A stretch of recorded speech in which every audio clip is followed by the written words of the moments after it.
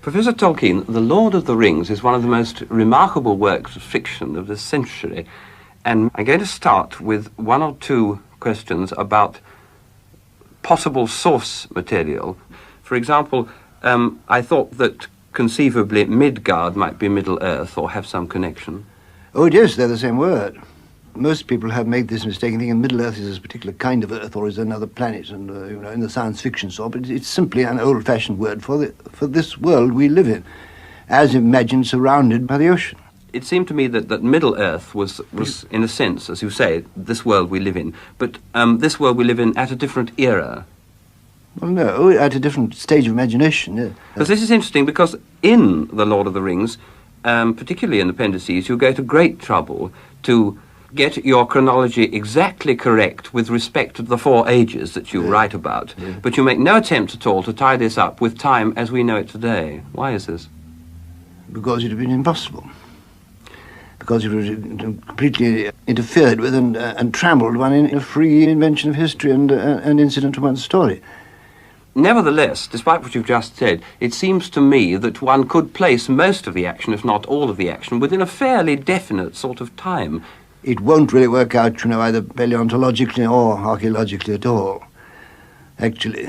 I mean, and you can't really relate the land masses I described them satisfactorily to the land masses we know now.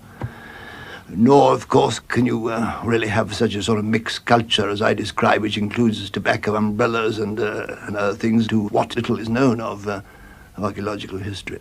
I wanted people simply to get inside this story and take it, in a sense, of actual history. It seemed to me that to be cut off by a vague abyss of ages had exactly the same effect as you get in a scientific story when you go to some remote part of the galaxy. They don't really explain how, but you get the sense of being far away, that's all. In a possible world, but far away. This is the same sort of thing in time, isn't it? Oh, yes, but in what one might call science fiction, the authors seldom go to the trouble, anything like the trouble you've done, in tying this imagined world so closely to the world as we know it. Because so much of this is very close to what we know, I won't say today, but in the recent historical past. Oh, yes, it resembles some of the history of Greece and Rome as against the perpetual infiltration of people out of the East, doesn't it? Yes. Yes, it certainly does that. But then, of course, a poor man who's building a story has to build it out of some of the things he himself knows. He doesn't rush around to Roman history and go and see what that happened. But, I mean, if he's been brought up as I was on ordinary history, and on his reading, that will be the material out of which he constructs. I've been interested in the fact that many of the names of which you have created thousands in the book, I mean literally thousands, are very close to Norse legend names. For example, Gimli is the name of a ball of gold. That's another point, yes. This particular lot of dwarves, as I call them, came from the extreme north of my geography. And therefore, in translating, as I explained in the section on translation, the kind of language they came up against there would be of a northern kind. The dwarves, you remember, are represented as an extremely secretive people and have private names in their own secret language and public names like gypsies. Therefore, I gave the actual Norse names, which are in Norse books. That's quite different. Not that my dwarves really are at all like the dwarves of Norse imagination, but as a whole list of rather attractive dwarf names in one of the older Heidaic poems, I'm afraid I simply begged them. But not only in the dwarves, though, but among the descendants of the elves, the race of Númenor, it seems to me that one or two of the names relate to other things. You speak of the 2 trees of Valinor, Laurelin and the Telperion, if my pronunciation is anything like that. Laurelin and Telperion, yes, the golden song and the white silver.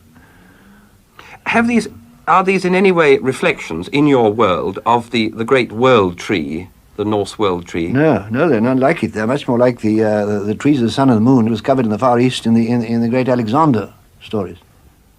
Trees play a very important part throughout the Lord of the Rings. For example, the Malorn trees in Lothlorien and the white tree of the citadel of Minas Tirith. Oh, yes, they're all descendants, yes. These are trees that are more than trees because they are symbols of great importance. Is there something in your own life, in your own background, They're not symbols to me at all. I don't work in symbols at all. Other people can find that they are symbolic. They may be symbols in my mind, but they're not symbols to me in my conscious mind at all. I'm entirely historically minded. Well, this is true, perhaps, but nevertheless, you use the white tree of Minas Tirith as a symbol of lordship, of kingship, do you not? Oh, well, yes, an emblem, certainly, yes. But not symbolic of anything more than... Well, what are the leopards of England symbolic of? I take your point. Now, the Rangers, they protect men and hobbits from Sauron's servants, but particularly they seem to have a fondness for the Shire. Have you a particular fondness for these comfortable, homely things of life that the Shire embodies? The, home and pipe and fire and bed, the homely virtues. Haven't you? Haven't you, Professor Yes, Tolkien? of course, yes. You have a particular fondness, then, Yes. for hobbits? That's what I feel at home. The Shire is very like the kind of world in which I first became aware of things. Very like. Which was perhaps more poignant to me because I wasn't born in it. I was born in Bloemfontein, South Africa.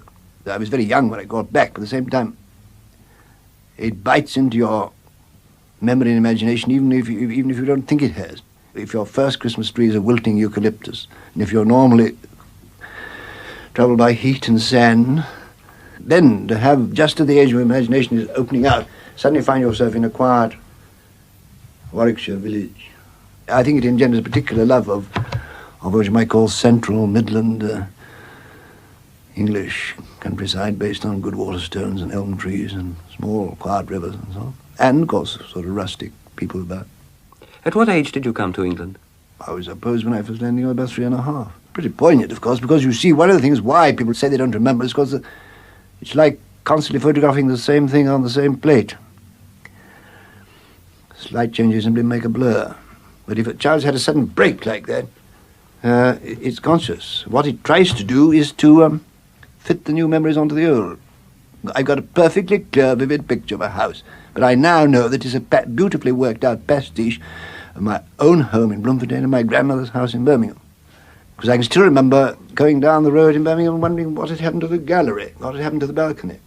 So constantly I do remember things extremely early. I can remember bathing in the Indian Ocean when I was not quite 2, and I remember it very clearly. I'm going to return again also to this business of memory and looking back a great distance. Let me turn to another subject for a moment. Frodo accepts the burden of the ring, and he embodies, as a character, the virtues of long-suffering and perseverance, and by his actions, one might almost say, in the Buddhist sense, he acquires merit. He becomes, in fact, almost a Christ figure. Why did you choose a halfling, a hobbit, for this role? Well, I didn't do much choosing. I wrote The Hobbit, which all I was trying to do in the role was just to carry on from the point where the Hobbit left off. Well, then I got hobbits on my hands, didn't I? Indeed, but there's nothing particularly Christ-like about Bilbo. Oh, no. No. It seemed to me strange that this small hobbit from a small I and shouldn't comfortable say that he was shire- Christ-like. I think personally, but of course he has some of the features of Christ. I guess accepting of a Perhaps I've exaggerated. Accepting a burden, but because you... But in the face of the most appalling danger, he struggles on and continues and wins through. But that seems... Well, I thought it was more like an allegory of the human race. I've always been impressed. We are here surviving because of the indomitable courage of quite small people against impossible odds. Jungles, volcanoes, wild beasts. They struggle on, almost blindly in a way. Frodo had very little idea, really. Because by the time he came to the end of the quest, he was beginning to understand things very much more. I thought the wisest remark in the whole book was that where Elrond says that the wheels of the world are turned with the small hands while the great are looking elsewhere, and they turn because they have to, because it's the daily job. Did you intend, in The Lord of the Rings, that certain races should embody certain principles, the elves' wisdom, the dwarfs' craftsmanship, men, husbandry and battle and so forth? Didn't intend it, but when you've got these people on your hands, you've got to make them different, haven't you? Well, of course, as we all know, ultimately, we've only got humanity to work with. It's the only clay we've got. And, of course, any races you make, if they're speaking and thinking, are, taken from certain parts of humanity as one knows it, with slight alterations of emphasis. That's all you can do, isn't it, really, ultimately?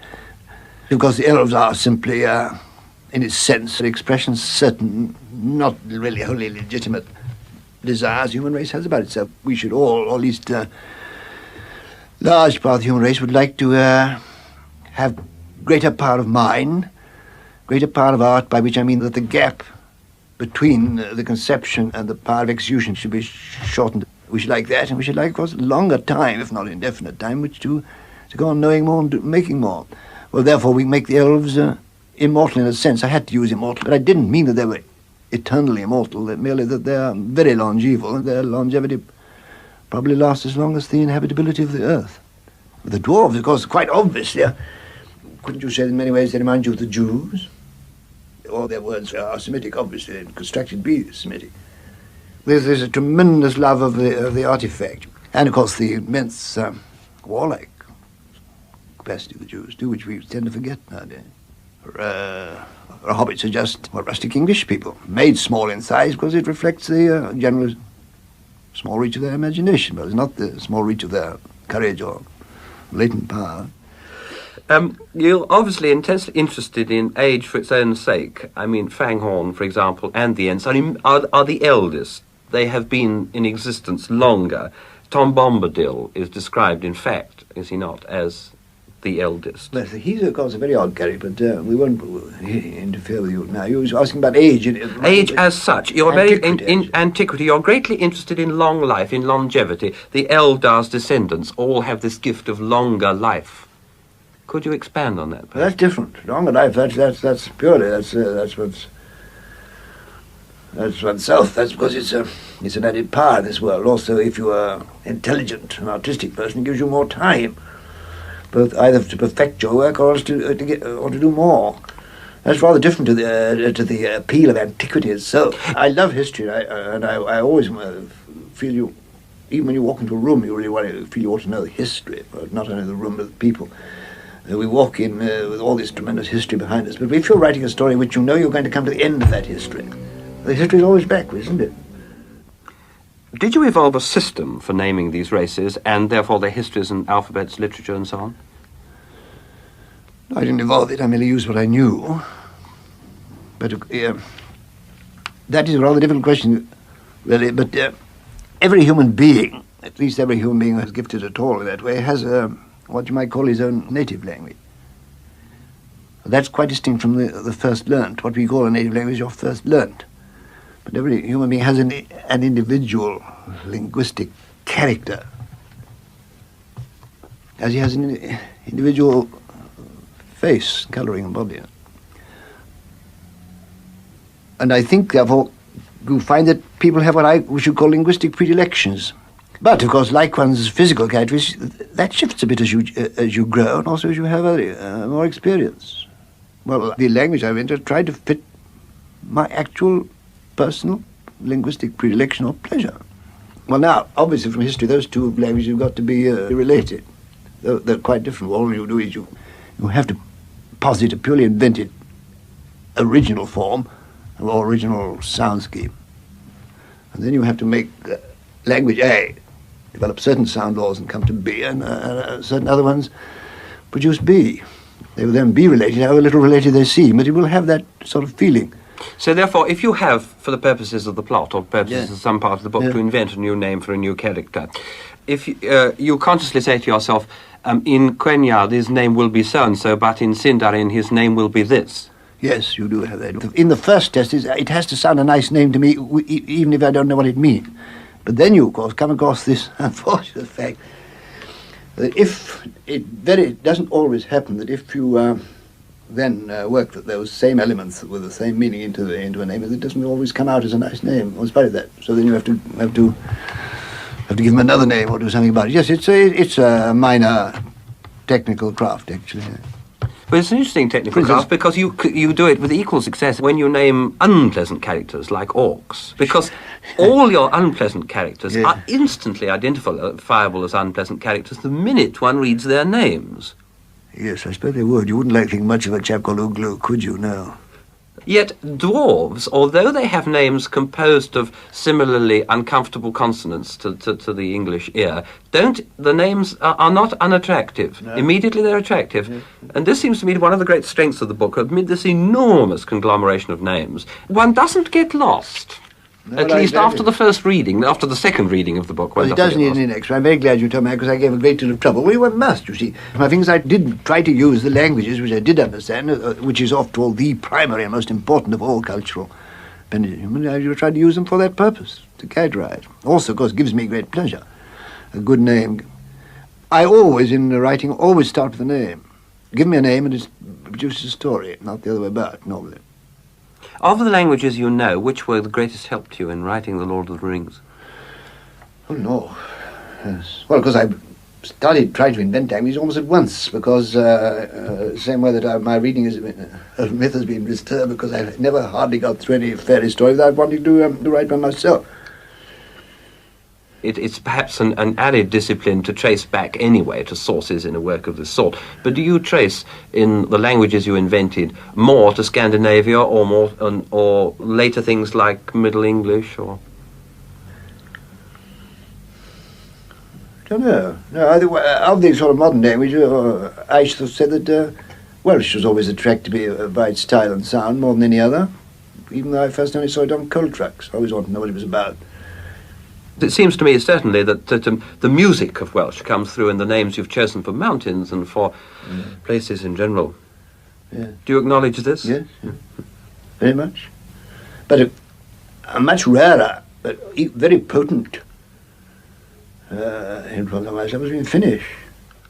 Now, women play very little part indeed in The Lord of the Rings. Éowyn is almost the only woman in the book who shows any sign of sexual awareness at all. Did you deliberately exclude sex from the book? No, but after all, these are wars and a terrible expedition to the North Pole, so to speak. But other writers have occasionally allowed their characters to digress, if it be digression in this way. Surely there's no lack of interest, is there?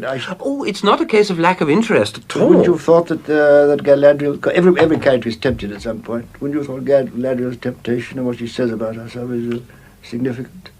Yes, I think so. But there is always, it's always at one remove. I don't know how to explain it. I know that how one reviewer explained it. He says it's written by a man who's never reached puberty and knows nothing about women except for a schoolboy. And all his characters, all the good characters come home like happy boys, safe from the war. I thought it was very rude from a man as far as I know is childless to writing a book about a man surrounded with children, wife, daughter, grandchildren. Still, it isn't that. That's not the reason. Only because it's equally untrue, isn't it, that it's a happy story. One friend of mine said he only read it in Lent because it was so hard and bitter. To turn to a practical point, how did The Lord of the Rings develop from The Hobbit? Because clearly it developed. Oh yes, of course The Hobbit was successful. Naturally I was pressed for a sequel. I looked for the only point in it that showed signs of development. So I thought we'd choose the ring as the key to the next story. That's the mere germ, of course. Yeah. Then when I saw, of course, that if you're going to I wanted to make a big story, I felt it got to be the ring. No, it's not a magic ring. I invented that little rhyme. I remember my bath one day. Now this germ actually, of course, is also present, isn't it, in many mythologies? I mean, in Scandinavian mythology, there are the rings of power, are there not? Yes, there are. It's guarded by dragons, is it not, in yes. Germanic legend? I suppose Smaug might be interpreted as being a sort of Fafnir, is he? Oh yes, very much so. Except no, Fafnir was a human being, you see, or a being, a humanoid, shall we say, being who took this form. Whereas Smaug is just is pure intelligent lizard. You have a fondness for intelligent lizards. Well, dragons always attracted me as a mythological element. Yeah. They seem to be able to comprise human malice and bestiality together so extraordinarily well, and a sort of malicious wisdom and shrewdness. Terrifying creatures. Asking how The Lord of the Rings began leads on to this question. They then grew. Then grew without control. Without control, this is the point. You did not have a scheme. No. No outline at all. Oh, except that was a major one, that the ring had got to be... I mean, did you know the ring had to be destroyed from the beginning? Yes, that. You see, because Janov says so quite early. Therefore, at some point or other, a hobbit has got to make his way to the cracks of doom, obviously, hasn't it? That's the only thing. And several times I tried to write that last scene ahead of time. It didn't come out. It never worked. Oh, I had to wait for it to come through. Did you decide right at the beginning that Gollum was to play such a part, or did you go back through the book after and write in the various linking parts of Gollum? You couldn't get Gollum out, could you? If you think of Gollum's relation to the ring. If the ring is going to be important, then the Gollum business must be important. I liked him better than all the other characters, and much more sorry for it. But you see, this is interesting because he's practically the only grey character, with the possible exception of Boromir, right through the book. And Denethor, yeah. And Denethor, yes. The others are almost completely black and white. They all have their temptations, actually. Yeah. They all have their temptations, but nevertheless, the moment you've established your character, your reader knows what his own personal character is. He's going to be a goodie or a baddie. Yes, yes. Well, of course, yes. One knows that isn't generally true, but I have to simplify a little.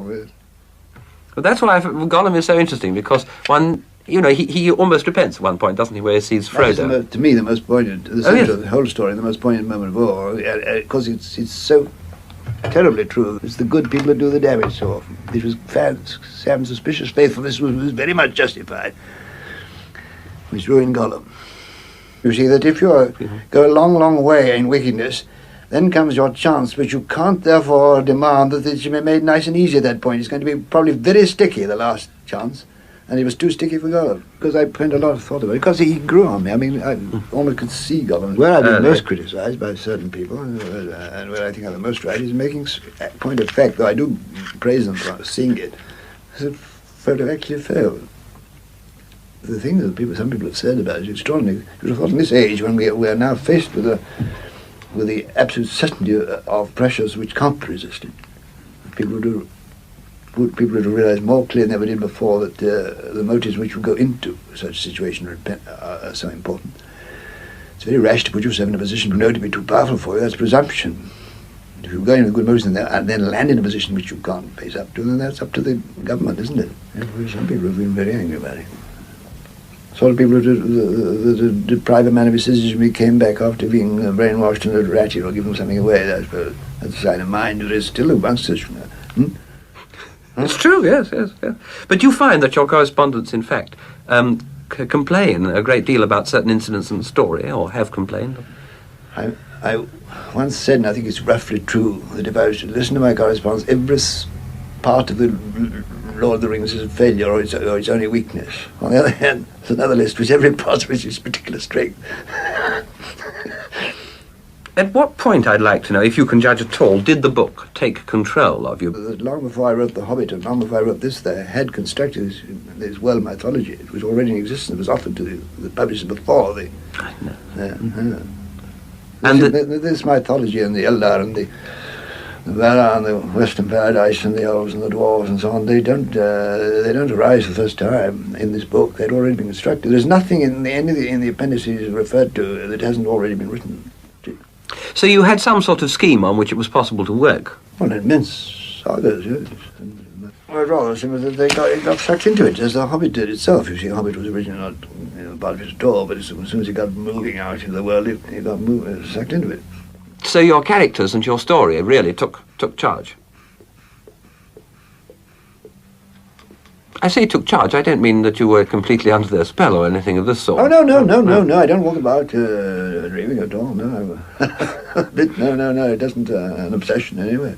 Other people have had written large things there with the same sensation that you have sometimes. It may be a purely psychological delusion, but you have a sensation that, but at this point, A, B, C, D, only A, one of them is right, and you've got to wait to see. Well, of course, there's no doubt subconscious goes on working on these things. Anyway, it's no good trying to anticipate, because all the things I've tried to write ahead of time just to direct myself all proved to be no good when you got there. A story like that has to be written backwards as well as forwards. This is, I thought, probable, yes. Well, you see, Boromir, well, he had to be put back. Boromir came important at a certain point, but of course he had to be put right back into book one. Of course, I had maps, because if you're going to have a complicated story, you must work to a map, otherwise you can never make a map of it afterwards. The moons, I think, finally, the moons and suns have worked out according to what they were in this part of the world in 1942, actually. They must have something where I mean, I'm not a good enough mathematician or astronomer to work out where they might have been 7,000, 8,000 years ago, but as long as they correspond to some real configuration of what was good enough. Moons are much more tricky to deal with than suns, of course. But on the whole, I don't think the moon is full or rising in the wrong place. You began in 42, did you, to write it? Oh, no, I began in 30, as soon as Hobbit was out, in the 30s. You know. And when did you... It was finally finished just before it was published, I wrote it, I think, 54? about 1949, I think. I remember blotting... I remember I actually wept at the field of Cornwall, where, of course, the tears come easier, I think, with... At the good denouement. But then, of course, a tremendous revision. I typed the whole of that work out twice, and lots of it many times, on a bed in an attic. Because I couldn't afford of course, the typing. There were some mistakes too. And also, what amuses me to say, because I suppose I'm in a position which it doesn't matter what people think of me now, some frightful mistakes in grammar from a professor of English language and literature, rather shocking. Yeah. I haven't noticed any. There was one where I used bestrode as the past participle of bestride. Well, there's a lot of things like that, yeah. Will you ever correct them in another edition? Or I have sent in some corrections, but there always seem to be new ones cropping up. Yes, there are some. And of course, dwarves originally mistaking grammar, of course. I've tried to cover it up, but it's just purely the fact that I have a tendency to increase the number of these vestigial approvals, which is a change of consonant, like leaf, leaves. My tendency is to make more of them than are now standard. And I really thought dwarves, why not? Did you evolve the languages before you wrote the book? Oh, yes. Yes. Well, yes, I've altered them a little, I mean. Indeed, long before. In fact, they began before the mythology. For what purpose? Just for fun? Expressing one's own tastes. After all, isn't that what artists do? Of course, but you see, an artist paints a picture presumably for himself, but occasionally with communication in mind. Had you invented these languages with any sense of communication with other people? No, but I hope to find one. I found it in the book. Yes. Of course, it's not uncommon, you know. It's mostly done by boys. It's frowned on because they get a guilt complex about it because it's taking off their time from something else. An enormously greater number of children have what you might call a creative element in them than is usually supposed. And it isn't necessarily limited to certain things. They may not want to paint or draw, they may not have much music, but they nonetheless want to create something. And if the main mass of education takes linguistic form, their creation will take linguistic form, even if it isn't one of their talents, won't it? It's so extraordinarily common. I once did think that it's an awful pity that there ought to be some organised research on it, I think. It'd be very fascinating, not only from the point of view of art education and impact of education on that part, which would be fascinating from that point of view, it is extraordinarily interesting in getting a large body of records of the linguistic predilections of children at certain ages. Do you feel any sense of guilt at all that as a philologist, as a professor of English language, with which you were concerned with the factual sources of language, you devoted a large part of your life to a fictional thing? No, I thought it done language a lot of good. Yeah. No, there's quite a lot of linguistic wisdom in it. I don't feel any guilt complex about the Lord of the Rings, as many people have said. Now we know what you've wasted the last 14 years upon. You can now get on and complete some of those professional tasks which you've neglected. And so immediately after I retired, I was more busy working at my proper things than I'd been for a long while. Yes. Is the book to be considered as an allegory? No. I just like allegory whenever I smell it. Do you consider the world declining as the third age declines in your book? And do you see a fourth age for the world at the moment? Our world? Well, the person of my age, you see, is exactly the kind of person who's lived through one of the most quickly changing periods of known to history. And that the world is a totally different place now, at a speed. Everybody feels that. Anybody who lives over 70 begins to feel that all through history. You can see that they do. But surely there's never been in 70 years so much change. Oh, surely never. No, one doesn't have to be 70 years old to appreciate this. The world which I brought up as a small child was indefinitely closer to the world, say, of Shakespeare. There's an autumnal quality throughout the whole of The Lord of the Rings. There's a sense of continuous change. Each character feels himself to be part of a story that's forever continuing. You, in one case, a character says the story is continuing, but I seem to have dropped out of it. Yeah. However, everything's declining and it's fading, at least towards the end of the Third Age. Every choice tends to the upsetting of some tradition. Now, this seems to me to be somewhat like Tennyson's "The old order changeth, yielding place to new, and God fulfills himself in many ways." Where is God in The Lord of the Rings? He's mentioned once or twice. Is he the one above the The elder? one, yeah, the one, yeah. Despite the continuous war between evil, personified in Sauron, and good, you never personalize or personify goodness. Good is there, but it's totally abstract. You don't attempt to ascribe any godship to it, particularly. No, this isn't a dualistic mythology it's based on, no, certainly not. But, I mean, the whole book is nevertheless nothing but the battle between good and evil. Well, that's, I suppose, an actual conscious reaction from a war, from the stuff that I was brought up in a war to end wars, that kind of stuff, which I didn't believe in at the time and I believe in less now. If I can take this a bit further, I may make my point clearer. In battle, Frodo and Sam call on Galadriel or their native country.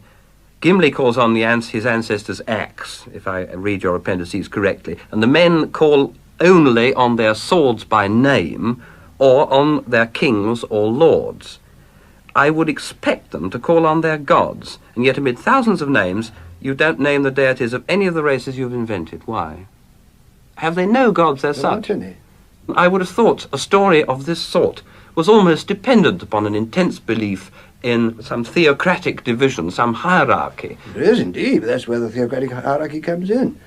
The man of the 20th century must, of course, see that you must have, whether you believe in them or not, you must have gods in a story of this kind.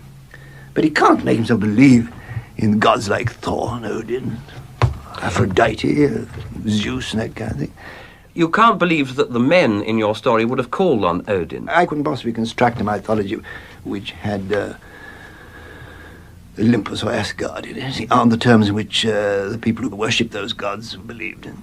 God is supreme, the creator, outside, transcendent. But the place of the gods is taken, so well taken, I think, that it really makes no difference to the ordinary reader, is taken by the angelic spirits created by God, that created before the particular time sequence which we call the world, which is called in their language Ea, that which is, that which now exists. Those are the valor, the power. It's a construction, you see, a methodology in which a large part of the demiurgic thing has been handed over to powers which are created therein under the one. It's certainly like, but much more elaborate and more thought out than C.S. Lewis's business when he's out of the Silent Planet, where you have a demiurgos who's acting in command of the planet Mars. And the idea there was that Lucifer was originally the one in command of the world, but he fell. So it was the Silent Planet, because it had fallen out of, that was the idea. Well, this is not the same with me. Yes, yes. So then you have, in your theocracy, you have an ultimate one, Yeah. whom you call... It's called the one only. The one only. And then the Valar, Yeah. who are considered as living in Valinor. This particular little group of them who were moved from other parts of the universe to this part because they became interested in it. In the book, I get the impression you always see power as being physically in a high place. You have a high seat. There's Orthanc, Medusel, Barad-dûr, the towers of Minas Tirith, Morgul and Cirith Ungol. They are always high, physically up. Is power for you always, so to speak, at the top of a mountain or top of a height? Well, that's just a symbol, isn't it? Or no, matter of fact, it's just a storytelling thing. You want towers and so on that could have them down the dungeon or underneath it. They are, matter of fact, Morgoth, the prime mover of evil, of whom Sauron was only a petty lieutenant, lives in a dungeon. He must be in a fortress or of some kind. Not that Valinor has any high towers, just of... Well, that is almost without the world you describe, isn't it? It's in the physical world, according to the myth. Ah. Until the downfall of Atlantis. I have an Atlantis complex, in addition to all these other things. And quite independent of that, a permanent dream that I had, let's say that the ineluctable wave has been one of my nightmares. Sometimes coming in over the open country. It always ends by one surrendering oneself. And one wakes up. But it comes in all kinds of points. Whenever I used to doodle and draw, it's nearly always a lone figure with the vast oceanic wave coming in. So, of course, I had to write quite independently these Atlantic stories, which I call Númenor, which means the land of the extreme western. Well, this is the fable, you see. Since the whole question of the human fall is left off the stage, actually.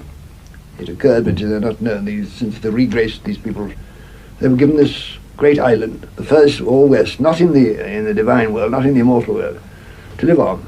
Then, of course, will always come a seemingly meaningless band, like the fruit of the tree of evil. Lewis used to say in his Perelandra. Their ban was they mustn't sail west. They did. But, hence the ultimate downfall. Then became an intellectual. People lived there only in memory. It lived in time, but not present time. And of course, Númenor was drowned, and the earthly paradise was removed. And so then you could then get sail to America.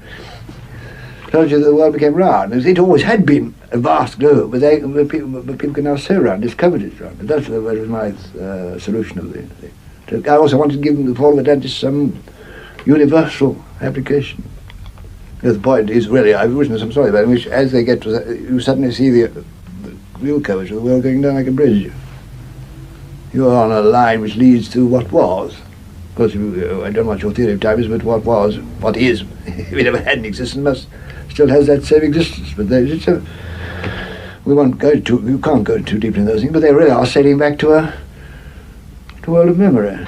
In this world which you might have created, had you been given the power to do so, had you been one of the Valar, had you been, save the mark, God, would you have created a world which is so solidly feudal as the Lord of the Rings? Oh, yes, very much so, yes. I think the feudal... I mean, you mean feudal... In the widest sense. In the French sense, not in the strict way. Oh, no, in the widest sense. Only. Hierarchical, rather, yes. Hierarchical, exactly, yes. Yes, I think so. I mean, that power should descend by a line of kings to their sons. This sort of thing. Yes. I don't know about that. No, it's a very potent story-making and emotive thing, but how far one say does really work better than any other system in looking at the history of the world, one doubts pretty much. It's never been worse, at any rate, than the struggle for power always ensues when you haven't got some line of descent which can't be questioned. You're wedded to the feudal system, in a sense. Not, I don't mean the medieval feudal system, but the idea of power descending through blood or through marriage. Or yes, I'm rather wedded to those kind of loyalties because I think, contrary to most people, I think that touching your cap the squire may be damn bad for the squire, but it's damn good for you. Do you find a continuing interest in The Lord of the Rings by people? Do people still write to you, despite the fact that the book's been out for 10 years? Dozens of letters a week, yeah. Or have to keep a secret to answer them, yeah. Were you surprised at its success? Nobody made more staggered, yeah. Unless it was possibly Sir Stanley Unwin. I was up at Stanley Unwin's birthday celebration, and a bookseller came up to me. I don't usually greet him with such fervour, but he said that while he got a copy, it sold so well it practically kept him going for a while. Well, he gets his guinea off the set, you see. Almost the last question. Do you, in fact, believe yourself, not in the context of this book, but believe in the sense of straightforward, strict belief, in the Eldar or in some form of governing Well, the Eldar mustn't be distinguished from the Valar. The Eldar only... the Valar, I mean, I'm sorry. Yeah.